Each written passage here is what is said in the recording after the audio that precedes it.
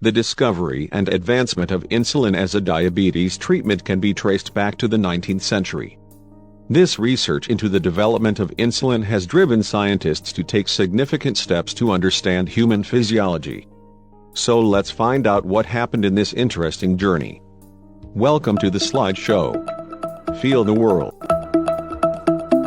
The journey started in 1869 by Paul Langerhans, a German medical student, discovers a distinct collection of cells within the pancreas. These cells would later be called the islets of Langerhans, but he was unable to prove anything in the context of diabetes. Then in 1889 two scientists Oskar Minkowski and Joseph removed pancreas of a dog to study its effects on digestion. Flies are found to be feeding off the urine of that dog, which shows the urine contains sugar. Then after a long time in 1901 Eugene Opie discovers that the islets of Langerhans produce insulin and that the destruction of these cells resulted in diabetes, but this remained a theory. After 15 years from this theory of Eugene, in 1916 a Romanian professor Nicolae Paulescu develops an extract of the pancreas and shows that it lowers blood sugar in diabetic dogs, but World War I prevents the experiments from continuing, and it is not until 1921 when Dr. Frederick Banting and medical student Charles Best perform experiments on the pancreases of dogs in Toronto, Canada. Professor John MacLeod provides Banting and Best with a laboratory to carry out the experiments. When the pancreases are removed, the dogs showed symptoms of diabetes. The pancreas was then sliced and ground up into an injectable extract. This is injected a few times a day, which helped the dogs to regain health. This showed exact proof that pancreas have some role in diabetes. This given the early success to research, but MacLeod wants to see more evidence that the procedure worked and provides pancreases from cows to make the extract, which is named insulin.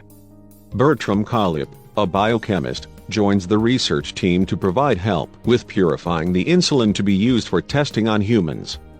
Banting and Best clearly had confidence in the insulin, as they were the first humans to test the insulin by injecting themselves with it, which caused them to experience weakness and dizziness, signs of hypoglycemia, which is a state of less sugar in blood. After the group had experimented enough to gain an understanding of the required doses and how best to treat hypoglycemia, their insulin is deemed ready to be tried on patients. Then in 1922 a 14-year-old boy with type 1 diabetes called Leonard Thompson is given the first medical administration of insulin. The second dose, purified by James B. Kollip, is successful.